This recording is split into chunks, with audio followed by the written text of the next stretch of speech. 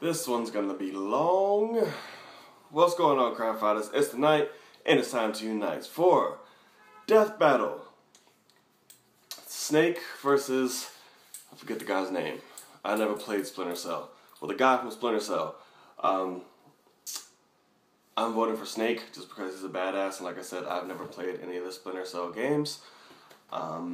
So don't shoot me if I don't know his name. I'll find out in the video. So let's get on. This especially stealthy episode of Death Battle was made possible thanks to the upcoming action comedy film Spy from 20th Century Fox, starring Melissa McCarthy, Jason Statham, Rose Byrne, and Jude Law. It's coming to theaters June 5th, and if you enjoy this episode, then you should definitely go check it out. Maybe I'll see you there.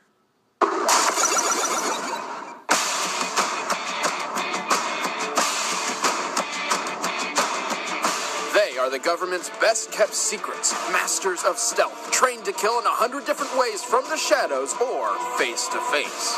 Solid Snake, the legendary soldier of Metal Gear. Sam Fisher, Splinter Cell's ultimate predator. He's with an iron boomstick. And it's our job to analyze their weapons, armor, and skills to find out who would win a death battle. His name was simply David, and he had one clear purpose in life: become the successor to the greatest soldier who ever lived. Why? Because he was cloned from him. Strap in, ladies and gentlemen, this origin's a doozy. As a secret government project, David was created using eggs donated by a Japanese scientist and grown in the womb of a femme fatale spy along with 7 other would-be brothers. She was almost the original Octomom, except they scrambled 6 of them to somehow empower the remaining 2. According to prophecy, one of these twins would bring ruin to the world, while the other would save it. So that kind of works out. Born to be a soldier, he joined the Green Berets as a teenager, and later joined the CIA, the U.S. Army, and finally the high-tech Black Ops group called Foxhound. Here, his deadly stealth techniques earned him his legendary codename, Solid Snake. While serving under this Special Forces unit, he received training from the very man he was cloned from, Big Boss. But on his very first mission for Foxhound, war itself changed. After infiltrating the military nation Outer Heaven to rescue a fellow agent, Snake uncovered plans for the creation of a gigantic walking weapon that can airmail a nuke to anywhere in the world. It was called Metal Gear. Despite being a Foxhound rookie, Snake destroyed the Metal Gear and discovered that Big Boss himself was apparently leading the enemy. After killing his own father, supposedly, Snake had had enough and entered early retirement. But since he had single-handedly destroyed a walking nuke shooter and the greatest soldier who ever lived, Snake became the next soldier of legend. Anytime a new Metal Gear showed up, Snake was pulled back into the fray, when all he really wanted to do was get drunk in Alaska and dog sled race with his 50 Huskies. Talk about living the dream. Get dinner on the longest sled race in the world? When did you become a dog musher? Turns out Big Boss wasn't quite as dead as people thought. Even after Snake burned him alive with nothing but a lighter and a can of hairspray, History's greatest soldier, everyone. These Metal Gears kept showing up. Soon, Snake was an expert at destroying these robotic behemoths. He even piloted a Metal Gear to destroy another Metal Gear that was designed to kill Metal Gears. Whoa. But Snake did not earn his reputation as the icon of stealth by going in guns blazing. Although he knows how to use almost any weapon he finds, he keeps his load light by entering missions with only the bare essentials. Snake carries a Ruger Mark II pistol with tranquilizer darts, perfect for silent takedowns. But if he wants to get lethal, he whips out his 1911 Operator, one of my favorite handguns ever. And he's got a stun knife, which is like if a taser and a knife had a baby, all 3 of which he incorporates into his specialized fighting style, CQC, a brutal mix of hand-to-hand combat and gunplay taught to him by Big Boss himself. Preferring to remain unseen, these weapons wouldn't do Snake much good without other tools to keep him hidden from his enemies. Snake's outfitted with his Octo Camo, a smart camouflage which can match the color, texture, and temperature of Snake's surroundings. Not even the Gecko Bots with their infrared and night vision tracking can find Snake in this camo. Plus, he's always aware of his surroundings thanks to his high-tech eye patch, the Solid Eye. He's not actually missing an eye, it's more like a monocle from the future. With infrared, night vision, and radar. Snake's also been injected with nanomachines, which energize his body and his codec, an internal radio system. The codec allows two-way communication, which is 100% silent, almost like telepathy. We have little time, so I'll be brief. How about switching to nanocommunications first? Silence beats talk when it comes to safety. Feeding him info from the other side of the codec is his best friend, Otacon, a pathetic, cowering nerd with horrible bladder control. But he's also really good at hacking computer systems, so I guess he gets by. Give him enough time and Otacon can hack into any top-secret facility. Apart from Big Boss, Snake has defeated cybernetic ninjas, psychics, his own twin, and of course several giant Metal Gears. He can wield a railgun as powerful as a tank with his bare hands, and once blew up an actual tank using nothing but a couple of grenades. And once he powered through a sealed hallway while being bombarded with microwaves and survived. Who throws microwaves at people? Come on! No, Boomstick, it's more like he was inside a giant microwave. My God. Think of the size of a Hot Pocket you could make with that. Under the effects of microwaves, a normal man's skin would deteriorate within 2 to 3 seconds. Snake lasted more than 3 minutes. And any guy that can last 3 minutes is a goddamn stallion. Now I know why they call him Solid. But seriously, this guy is built Tonka tough. Though he's hardly perfect, his Octo Camo provides only light protection against knives and other weapons. And even though he's in peak physical condition, one well-placed bullet will put him down as easily as any other man. Also, cloning and nanomachines don't mix. By the time he was 35 years old, they caused Snake to begin aging rapidly and even suffer heart issues and seizures. Old and wrinkly or not, you can count on Solid Snake to see every single mission through. And be a badass the whole time. There's a reason he's known as the man who makes the impossible possible. I'm no hero. Never was. Never will be. You haven't changed at all, Snake. Samuel Leo Fisher was born in Towson, Maryland in 1957. Whoa, he's older than I thought. Orphaned at a young age, he spent his youth at a military boarding school. His goal was to join the CIA and follow in the footsteps of his late father. Sam's career in government work was an impressive one, joining both the CIA and the Navy SEALs.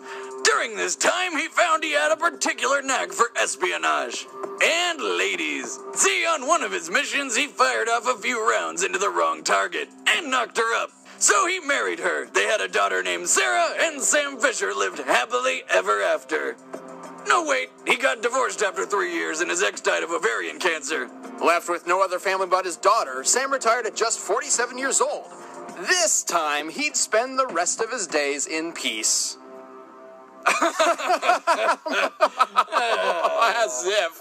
We all know how it goes. Sam was too good to leave the agent's life forever, and was recruited by 3rd Echelon, a top-secret sub-branch of the NSA. 3rd Echelon wanted Sam for their new Black Ops unit, focused on infiltrating impenetrable locations, extracting information, and escaping even the most impossible scenarios. They called it the Splinter Cell program. Oh yeah, let me come out of retirement and do that. The completely impossible.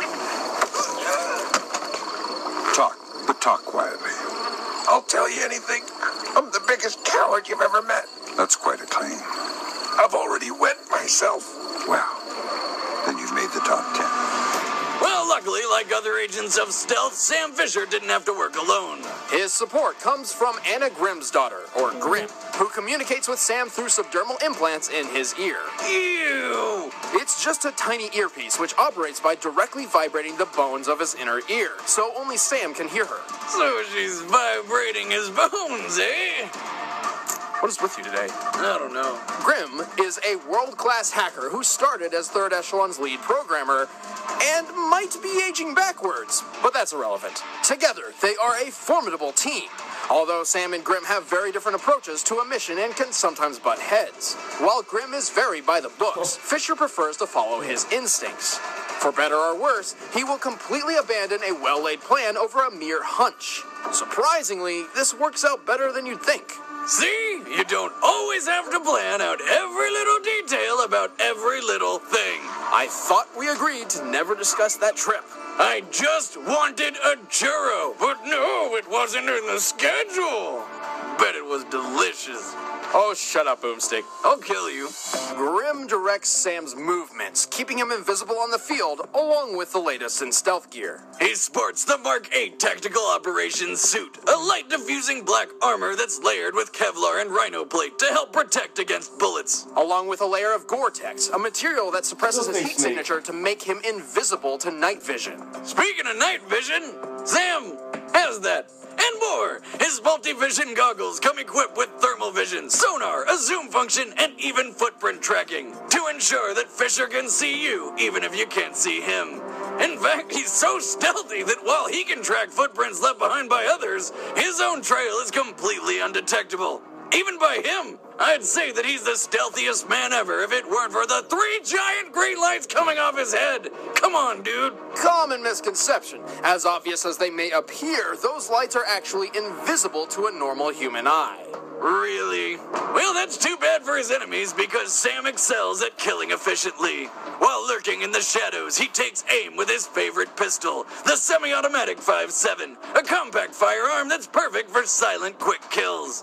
And if someone manages to spot him, unlikely as it may be, Fisher is more than prepared to take them head-on with his SC-20K modular assault weapons system. This beaut is like the Swiss Army knife of guns. It has an assault rifle mode, shotgun mode, sniper rifle. Oh, she can be whatever you want her to be.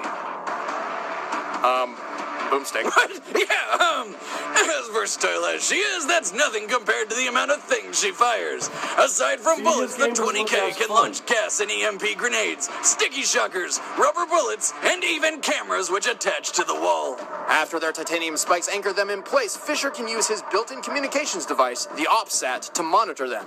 These cameras have night, thermal, and electromagnetic field vision.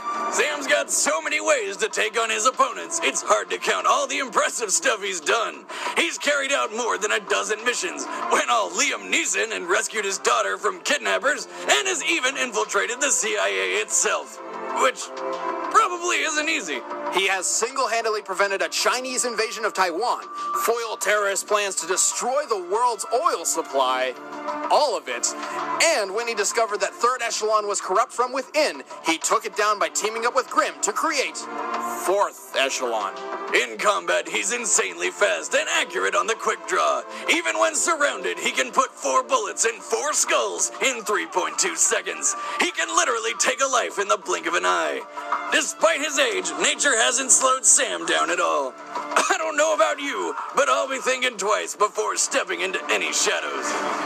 Fisher, it's starting to look like war is unavoidable. JCOS is asking all sources for current division-level intelligence. So, besides stopping World War III, is there anything else I can do for you this evening? All right, the combatants are set. Let's end this debate once and for all. It's time for a stealth battle!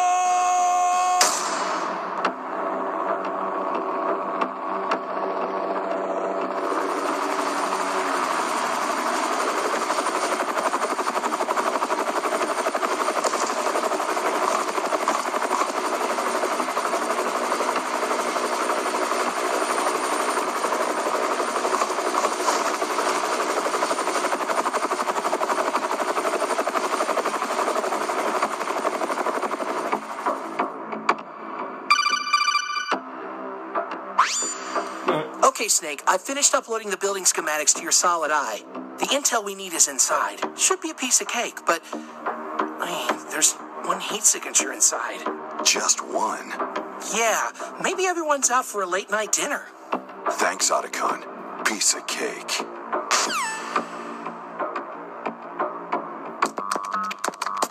Clearly not David Hayter. We haven't had to chop in the plant, have we? No, the Paladin is your evac plan. Why? We've got a party crasher. Your new friend won't last long. There's only one way into that room. Don't lecture me, he's mine. Snake, he's in the room.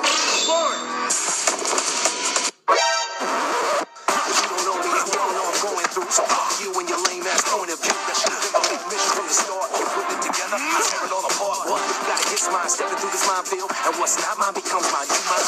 That's the way I gotta take it from the Where's the data? On the fans, I put let Wouldn't you like to know? Who the target is? You know I'm gonna push it once I get it started. That's the way I gotta market it. Mercenary, making all your hearts sick. Then I turn you into parts. Because they couldn't take the bleeding from the beat. So you might want to shut your mouth. Grim, did you get that? Sam, are you all right? I'm fine. He's after the data. Just our luck. I'll bring the plane in for you. Don't. This guy's gonna be a problem if I don't take care of him now. But it's more important that No.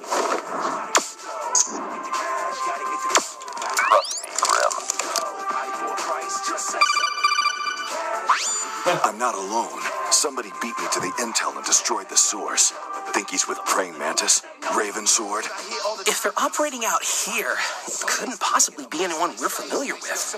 I'll start scanning radio frequencies to see if I can find any comm lines. But Snake, until we know what you're up against, I suggest you keep yourself out of sight. I've already got it covered. Please tell me it's not a cardboard box. Do I need to go over this again? The cardboard box is a very important tool for infiltration missions. It's ideal for fooling the enemy. It ain't personal, it's just the only way I still can make a grand. Understand what I'm talking about? Get the picture of what this all about? It's time for you to walk it out. You don't want to be around when these dogs start barking out. You don't want to play the target.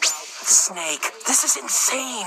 Otacon, I'm not exaggerating when I say the success of my mission hinges on how I use this cardboard box. But in the end, a cardboard box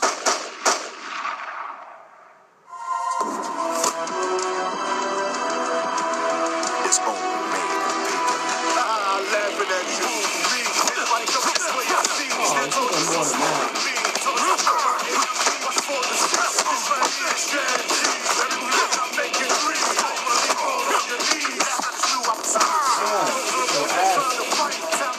Otacon, I've got the intel.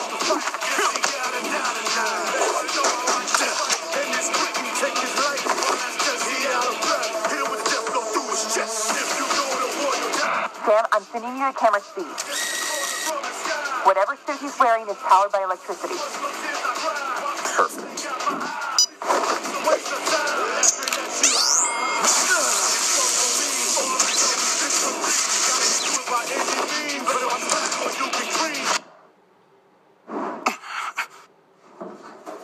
That was close. You're welcome, by the way. I lost the data. Oh, wonderful. Well, Without his suit, he's not hiding anywhere.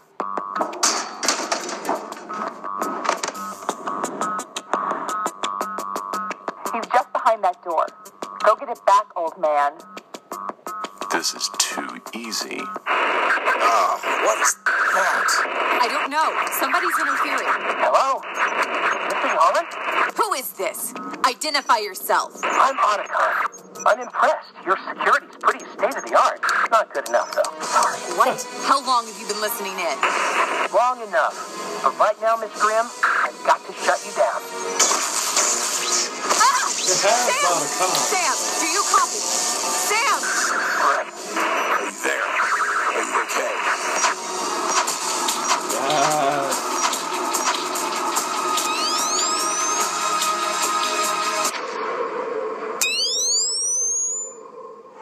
You're pretty good. You're pretty good. Snake? Snake?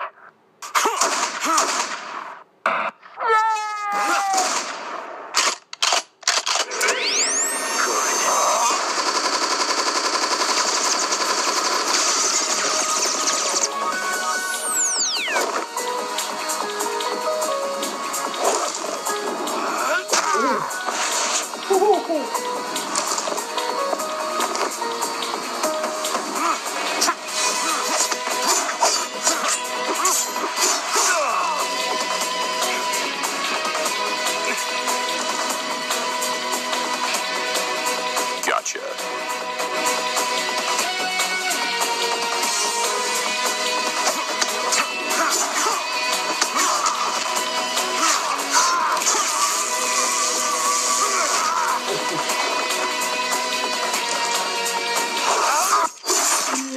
on though.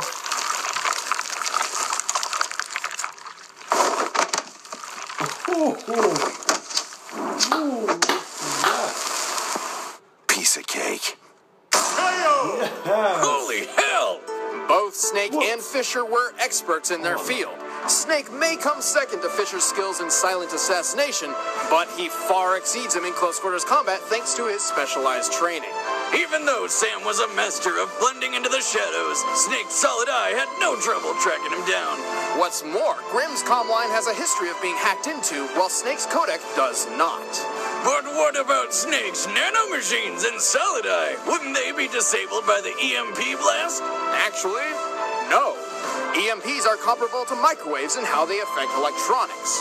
When Snake was bombarded by microwaves, his solid eye survived for 2 minutes of non-stop radiation, while his nanomachines remained intact throughout the entire experience. A single EMP grenade doesn't quite stack up to a hallway of microwaves. Even if he did lose his nanomachines somehow, he didn't need them to beat Sam. Overall, Snake has a counter for anything Fisher could throw at him and had the edge in close quarters combat, leaving this victory pretty straightforward. Poor Sam. This loss just kind of snuck up on him. Yeah, from the start, it was lights out for Sam. The winner is Solid Snake. Next time on Death Battle.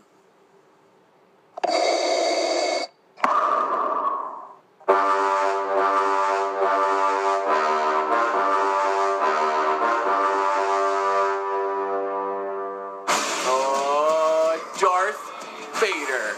Say you're Darth Vader. You're really into that. I am into Darth Vader. I'm excited to see who's fighting. Yeah. Hey, I'm Chad. I play Boomstick. I'm Ben. I play Wiz. And the horrible Darth Vader. Hey, if you guys want an early heads up who Darth Vader will be taking on in the next death battle, then please head over to Twitter, follow us at ScrewAttack, and then head to Facebook and like our page, facebook.com/officialSA. And a big thank you to 20th Century Fox for helping us finally make this episode happen. And it's all thanks to their upcoming action comedy. Alright, we got it. Wow, that was intense. That has to be one of their best ones, if not the. That was really damn good. I don't know who was walking out of that one. I wanted Snake too, but it was too close, and they kept getting too many times. As you see, I was getting frustrated. But yeah, so Snake, hands down, is a complete badass. Should have won that, and that was exactly appropriate and right.